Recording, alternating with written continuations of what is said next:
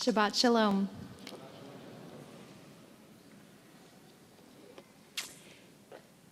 We have a saying in my family that has become classic.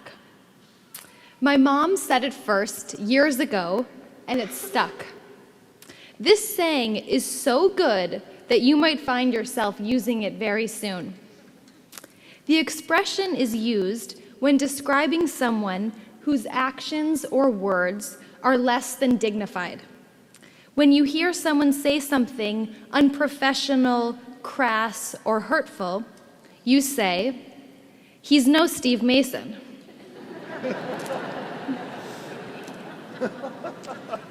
My family says this constantly. Because to us, no one is as appropriate, dignified, or respectable as Rabbi Steve Mason. On this auspicious Shabbat, our hearts are filled with love and gratitude for Rabbi Mason's service to our congregation.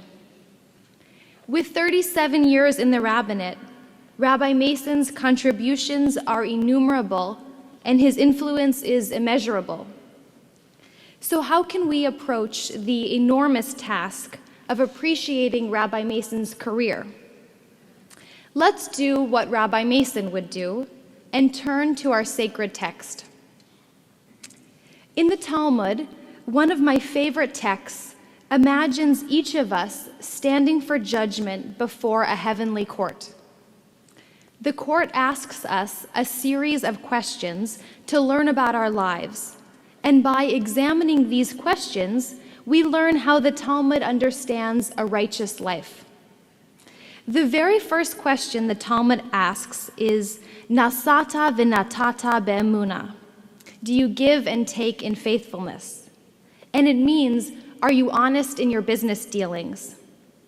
Out of all the questions the Talmud could ask to get at a person's character, it asks about the mundane, everyday transactions.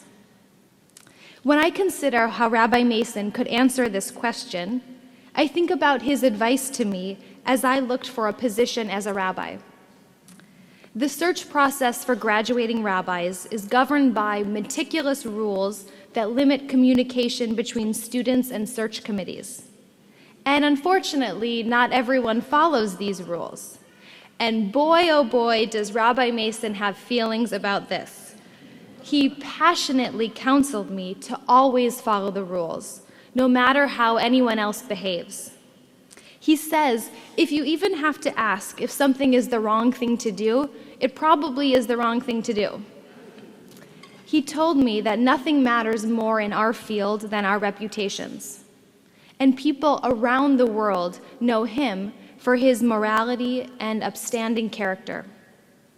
Rabbi Mason conducts himself with the utmost respect for others, and his fairness is unmatched. His integrity on a day-to-day basis demonstrates his soul's goodness.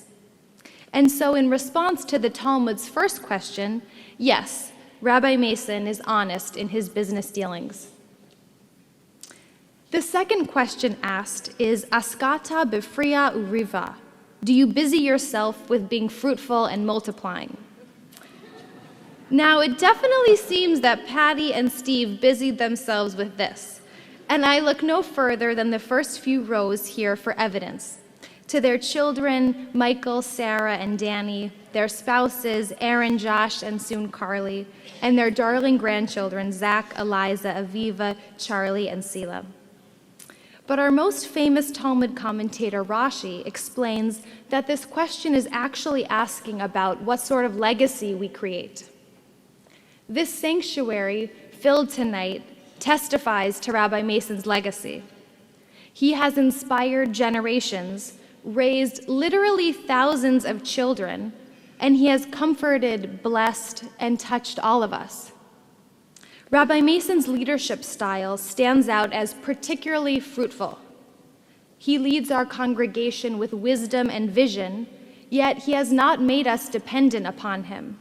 He empowers and shares. Even this evening, Rabbi Mason could have asked any big macher to come and speak on the occasion of his retirement. And who does he pick? his students, his daughter. He is deeply invested in creating and raising up other leaders in the most generous way. So to the second question, yes, Rabbi Mason is fruitful and he multiplies. The third question asks, Kavata itim la Torah? Do you set times for Torah study?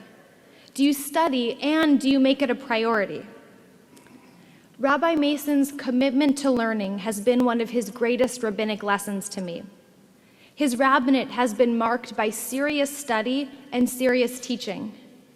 At every step of his career, he has committed himself to learning more of our beautiful tradition. After studying at HUC JIR for ordination, he returned for his doctorate in pastoral care and counseling while simultaneously serving his congregation in Buffalo. And while serving our congregation, he studied with the prestigious Rabbinic Leadership Initiative of the Shalom Hartman Institute. Rabbi Mason's knowledge of Hebrew, Israeli politics, and sacred text is deep and vast. And on top of that, he's profoundly modest. I just learned yesterday that Rabbi Mason wrote a book called Judaism and Spiritual Ethics. You can buy it on Amazon, as I did yesterday.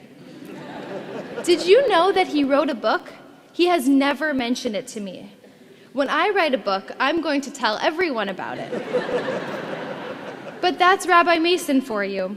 He is as brilliant as he is humble. He embodies that at our core, rabbis are teachers.